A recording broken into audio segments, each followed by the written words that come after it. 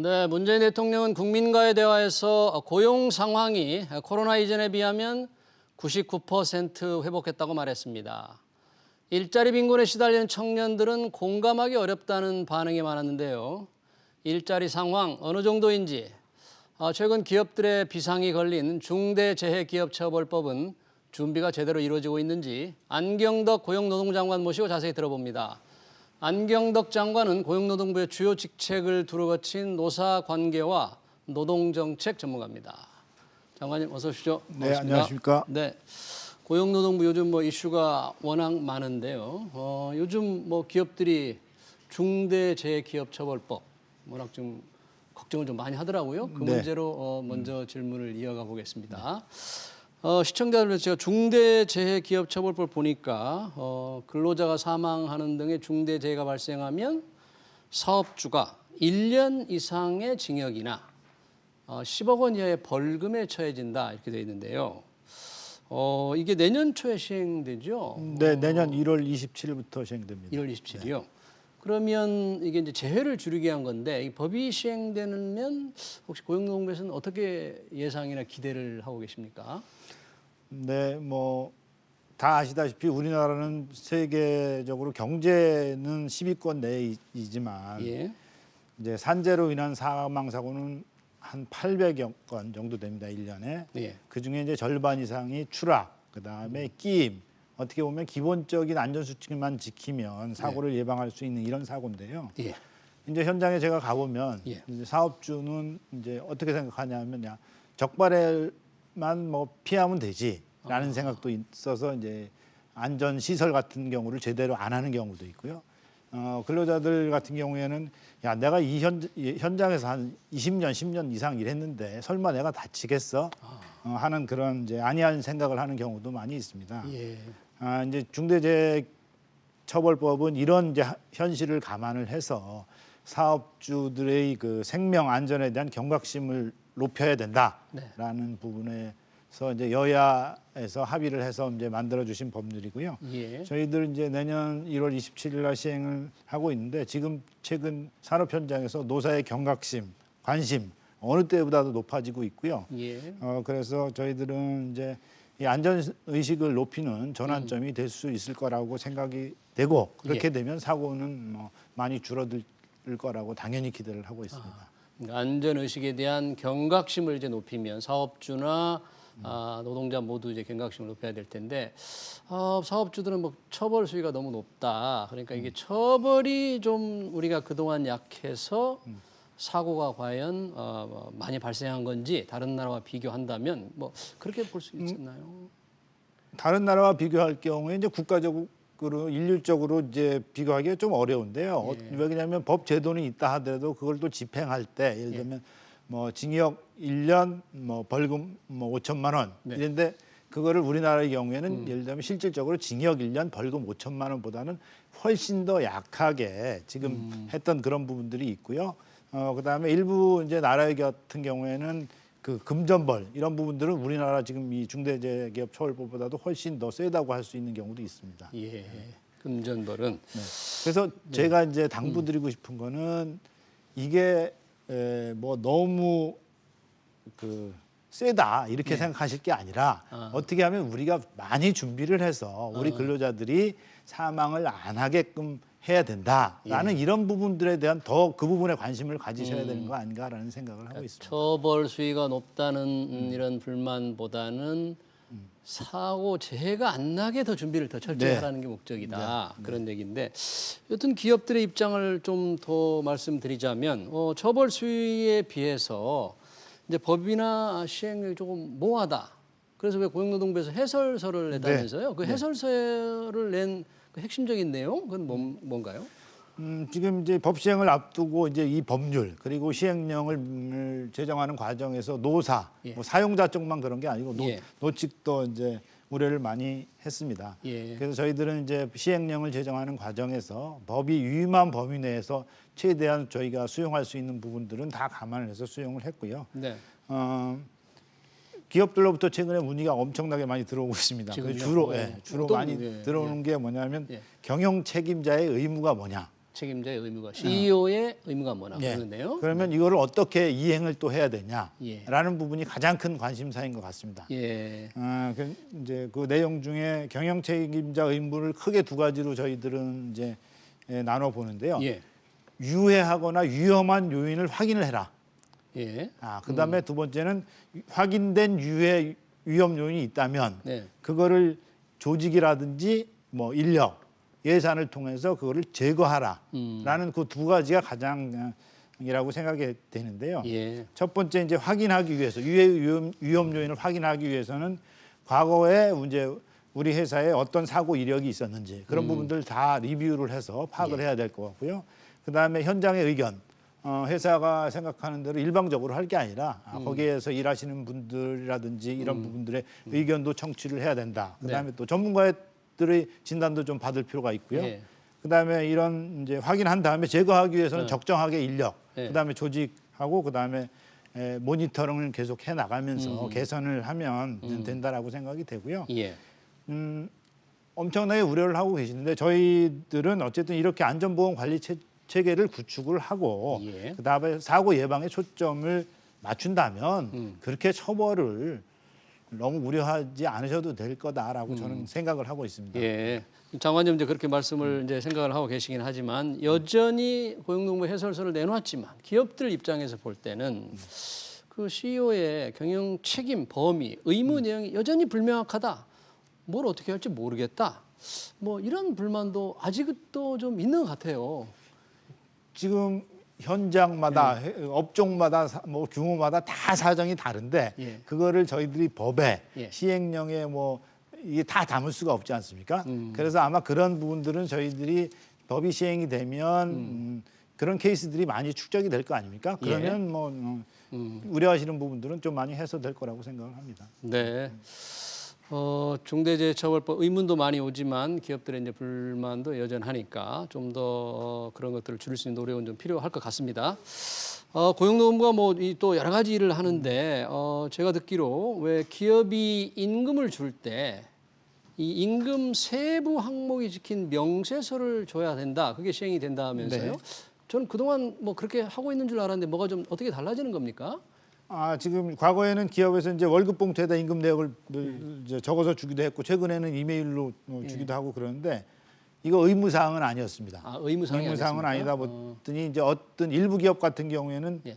뭐 돈만 주고 총액만 주고 알려주지도 않고 이런 경우가 있었죠. 예. 그래서 이제 대부분 큰 기업에 다니시는 분들은 당연히 이게 의무 사항이었나 보다라고 생각할 텐데 그거는 아니었다는 거고요. 그렇군요. 그래서 이제 안 알려주고 총액만 입금을 시켜준다든지 그럴 경우에는 내가 연장 수당도 있을 텐데 야간 수당도 있을 텐데 뭐 이런 거를 본인은 정확히 알 수가 없는 거죠. 네. 그러다 보니까 이제 나중에 문제가 생기는 겁니다. 내 임금을 왜 이 정도로 줬냐? 나중에 퇴직금을 계산한다든지 이럴 때 이제 다툼이 생기는 경우가 있고 그런 경우가 많았기 때문에 이런 부분들에 대해서 임금 명세서 교부 의무를 마련을 하게 된 거고요. 네. 이렇게 되다 보면 저희들이 이제 다툼은 많이 없어질 거라고 생각이 되고 그래서 일부 기업들 이제 사용하기가 어렵기 때문에 손쉽게 명세서를 작성을 할 수 있는 그런 프로그램 그런 부분들을 저희들이 인터넷이라든지 모바일 이런 거를 통해서 무상으로 지원을 해주고 있는 그런 상황입니다. 네,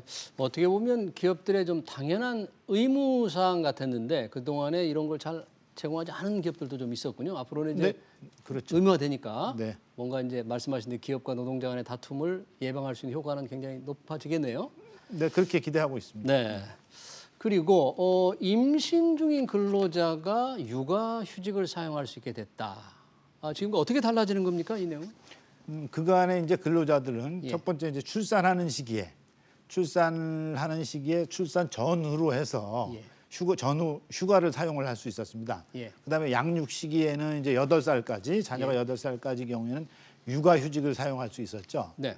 근데 임신 중인 근로자 같은 경우는 이제 사무실에 나와서 열심히 일을 하다 보면 어떤 경우에는 또 유산 위험 그렇죠. 이런 이제 위험도 있는데 그럴 경우에 이제 좀 쉬려고 해도 사용할 수 있는 제도가 없었습니다. 아, 임신 중에요. 예, 네. 그래서 이번 이제 임신 중에도 이제 근로자의 경우가 이제 육아휴직을 사용할 수 있도록 하는 게 이제 제도를 개선을 했고요. 네. 그렇게 되다 보면 이제 근로자 그다음에 태아의 건강 보호에 도움이 될 것이라고 생각이 됩니다. 네. 아울러 그 기간 동안에 이제 임신 중인 경우에 이제 육아휴가 기간 동안에는 근로자한테는 월 150만 원의 육아휴직 급여를 지급을 하고요. 월 150만까지요. 네. 육아휴직을 부여한 사업주한테는 월 30만 원의 지원금을 받게 됩니다. 네. 이제 뭐 사용자 눈치 보지 않고 임신 기간 언제든지 네. 휴가를 신청할 수 있다 그런 얘기네요. 네, 그렇습니다. 네. 그리고 지금 코로나 상황, 우리가 이제 위드 코로나지만 코로나 상황으로 정말 이 필수적인 사회 기능을 담당하시는 분들이 있잖아요. 뭐 의료진이라든지 또 뭐 택배라든지 이런 분들을 보호하기 위한 법률이 시행된다는데 어떤 내용인가요, 이건? 작년에 이제 코로나 상황에서 최일선에서 일하시는 분들, 아까 예. 말씀 주신 의료, 방역, 그다음에 또 일상생활 유지에 또 필수적인 분들 있지 않습니까? 예. 택배기사라든지 청소 노동자 이런 분들을 보호하기 위해서 작년 연말에 그 보호 대책을 마련을 했습니다. 그 보호 대책을 마련하면서 이런 예.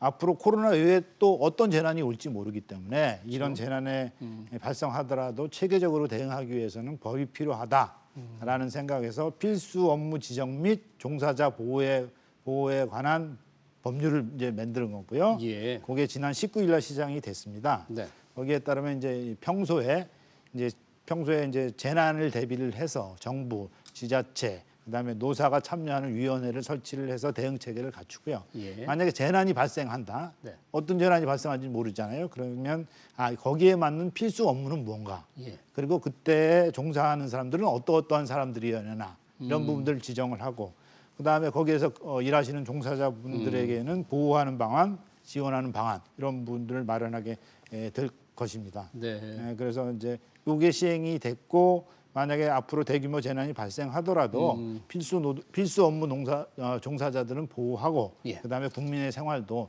안정시켜 나갈 수 있는데 기여할 것으로 예상을 하고 있습니다. 네. 근로자들의 노동 문제, 근로 환경을 얘기했는데 이 고용노동부 중요한 일 중에 하나가 이제 고용 아니겠습니까? 지금 뭐 고용 동향이 코로나 전에 비해서 많이 회복을 했다. 대통령께서 99%라고 하긴 했는데 여전히 청년들 고용은 좀 부진한 것 같아요. 근데 청년 고용 상황 조금 어떻게 우려할 만한 상황입니까? 어떻게 평가하십니까? 제가 취임한 지 6개월 정도 지났습니다. 네. 가장 많이 한 업무 중에 하나가 청년과 간담회하고 청년 고용 현장 그리고 기업하시는 분들을 만나서 청년 고용을 예. 해달라고 어떻게 보면 읍소까지 할 정도로 했는데요. 예. 청년 지표상으로 보면은 청년 고용률이 10월달에 45.1%입니다. 네. 이거는 이제 코로나 이전 20년 2월 취업자 수보다도 100.4% 일반 그 취업자보다도 청년 고용 상황은 지표상으로는 좋아졌습니다. 지표상으로는요. 네, 그런데 네. 이제 이런 청년들이 아직도 피부로 느끼지 못하고 있다, 충분치 않다 이런 글쎄요. 얘기를 하고 있기 때문에 저희 정부가 더욱더 노력해야 된다라는 생각을 하고 있고요. 예. 이외에 체감하는 고용 상황이 안 좋냐, 어렵냐라고 여러 가지 원인이 있겠습니다만은 네. 청년들이 지금 선호하는 데가 대기업, 공공기관 뭐 이런 데입니다. 근데 사실 이런 쪽에 일자리가 충분하지 않은 상황이죠. 예. 거의 대부분의 청년들이 이쪽으로 가려고 하고 있고. 그다음에 요새 채용 경향이 옛날 같은 경우에는 대규모 공채를 했었습니다. 그렇습니다. 근데 요새는 소규모로 수시 채용을 합니다. 아, 그리고 대부분 또 경력직 선호를 합니다. 예. 그렇다 보니까 또 원하는 건 기업에서는 직무 관련된 경험이 있어야 된다든지 이런 사람들을 원하기 때문에 청년들이 느끼는 거는 상당히 어려운 상황인 거죠. 예. 그다음에 뭐 여러 가지 있는데 코로나로 인해서 비대면 뭐 온라인 면접 이런 걸 하다 보니까 채용 트렌드가 그렇게 바뀌다 보니까 청년들이 이런 채용 정보나 이런 거에 대한 준비, 주가 상당히 이제 어려울 수 있는 상황이기도 하죠. 예. 근데 청년 대책과 관련돼서 네. 정부가 가장 역점을 두고 있는 사업 중에 하나입니다. 그래서 내년도에 이 청년과 관련된 부분에 대해서는 저희들이 올해보다 일자리 예산은 한 8천억 늘려가지고 8천억? 3천억 정도 네. 청년 일자리 예산만 네. 이렇게 지금 편성을 하고 있고요. 네.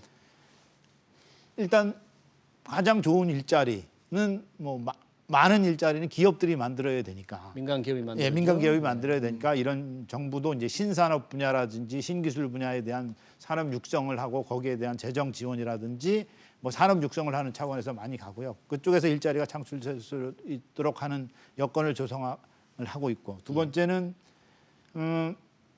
아까도 제가 잠깐 말씀드렸는데 청년들이 일 경험을 어디서 한 사람을 원하는데 일 경험할 네. 기회가 없다라고 네. 해서 지금 국무총리님 저 무지하게 열심히 뛰어다니면서 뭐 네. 언론에서 보셨는지 모르겠지만 네. 청년 희망원 프로젝트 그다음에 맞습니다. 청년 네. 고용원 프로젝트 네. 이런 부분들을 지속적으로 민관이 협력해서 확대를 하고 있고요. 네.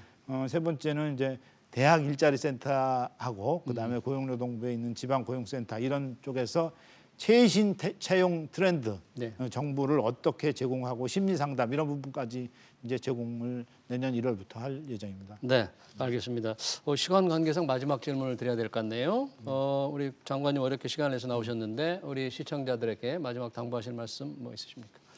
네, 많은 국민들께서 코로나 위기 때문에 어려움을 겪고 계신데요.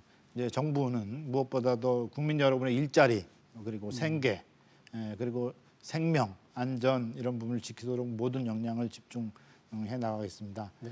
특히 고용노동부에서는 취약계층에 대한 지원에 총력을 다하겠고요. 네. 이런 청년 세대들이 취업을 포기하지 않고 미래를 위해서 준비할 수 있도록 부모의 심정으로 최선을 다하겠다라는 그런 말씀을 드리겠고요. 국민 여러분들께서 참 어려운 시기입니다. 희망 놓지 마시고요. 저희 고용노동부를 포함한 정부도 최선을 다하겠으니까 믿고 함께 해주시기를 바랍니다. 네, 잘 알겠습니다. 장관님 귀한 시간 고맙습니다. 네, 지금까지 감사합니다. 안경덕 고용노동부 장관이었습니다. 감사합니다. 네.